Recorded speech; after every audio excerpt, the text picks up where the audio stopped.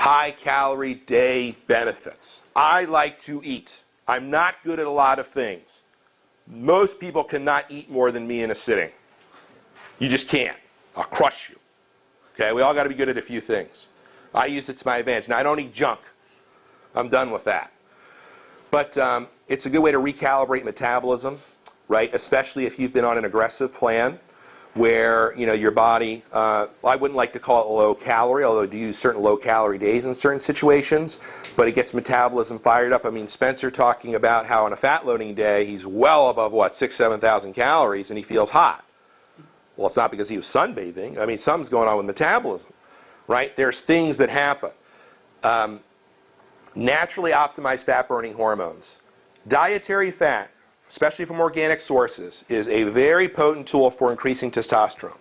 Sex drive goes up, big mental lift, confidence, all things your clients want, right? I mean, you know, I would think, you know, it has a big impact there.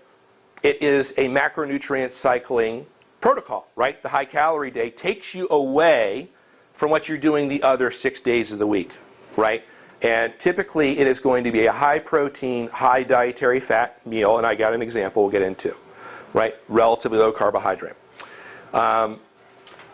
If I have a client where I need to get them ready for something, they may train twice on that day. They get 2 big post-workout meals. It's like I like to do it on like a Saturday or a Sunday when it's going to work for them. Very good for social events. I got these social eaters. You know, I told one guy he has Memorial Day barbecue for, you know, his town. He's a politician, so it's a big thing. He says, "Can I eat 8 steaks?" I said, "Go ahead, I don't care." Now, he ended up eating 6. That's fine. He didn't eat anything else. No beer, no sugar, whatever. So he ate till he felt satisfied. It was social, you know, and whatever, and it was great for him. It got him out of doing a lot of other dumb things.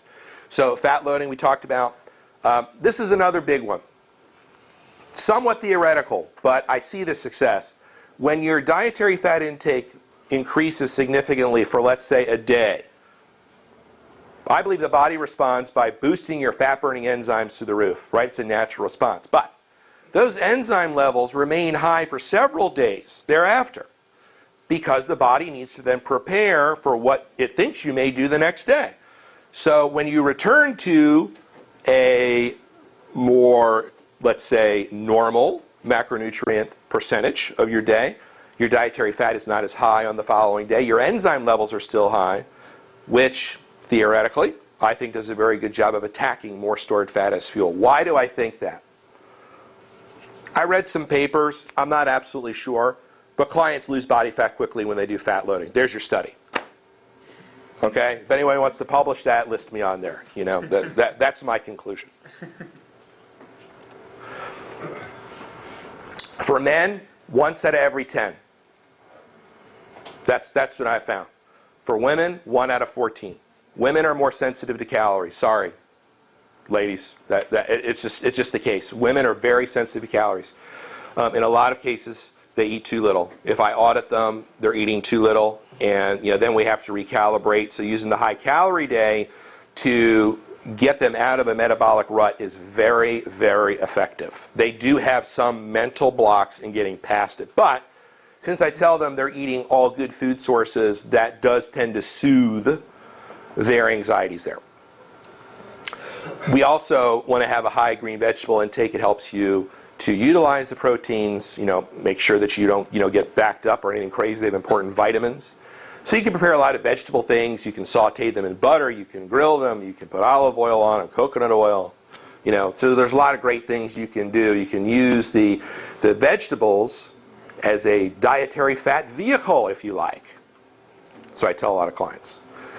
Must be a weight training day, the high calorie day. I think you want to create those metabolic and hormonal conditions. Carbohydrates added to the meal post-training must be personalized. If you're, somebody that needs to lose body fat very quickly, I would be more conservative versus somebody perhaps that's trying to maximize muscle growth and body fat at the same time. I'm going to look at how you respond to that meal. Do you look fuller? Do you feel better? What's going on? And then I'm going to calibrate. That is very important. I don't believe in using any post-workout sugars when you're trying to lose body fat. I use real foods. Okay, now, I do believe very strongly that using the 100% MR in the muscle synthesis powders, pre- and post-workout, change the game in terms of what your pre- and post-workout nutrition needs are because of the effect that they have on the muscles, on the nervous system, the accretion levels in terms of the strategic buildup of amino acids in the muscles. And again, these are proprietary blends. You know, Dr. Serrano, again, is very modest. So people ask, what's so special about what you guys make? Well, we don't list the ratios on the label to give them away because it's not generic garbage like 99% of the other companies out there. So Dr. Serrano does hormonal blood work, muscle biopsies, looks at research, of course, but ultimately, do patients make progress or not? How does their blood work change? How do their performance levels work? And many other things. Some of the things that we talk about are theoretical, but we see progress from a combination of factors. One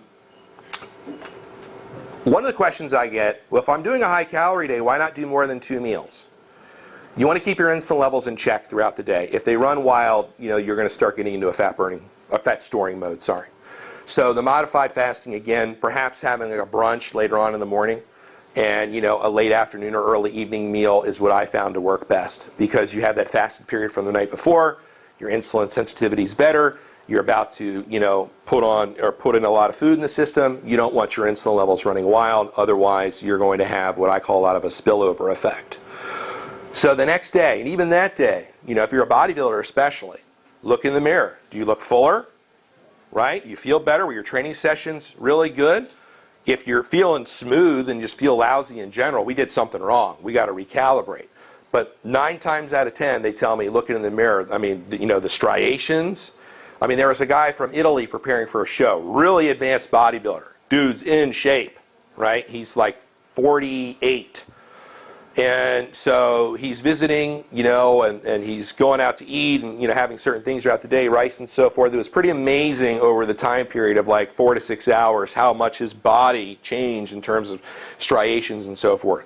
So now he knows what he responds well to for his pre-competition diet. And I did not do that diet, Dr. Serrano did.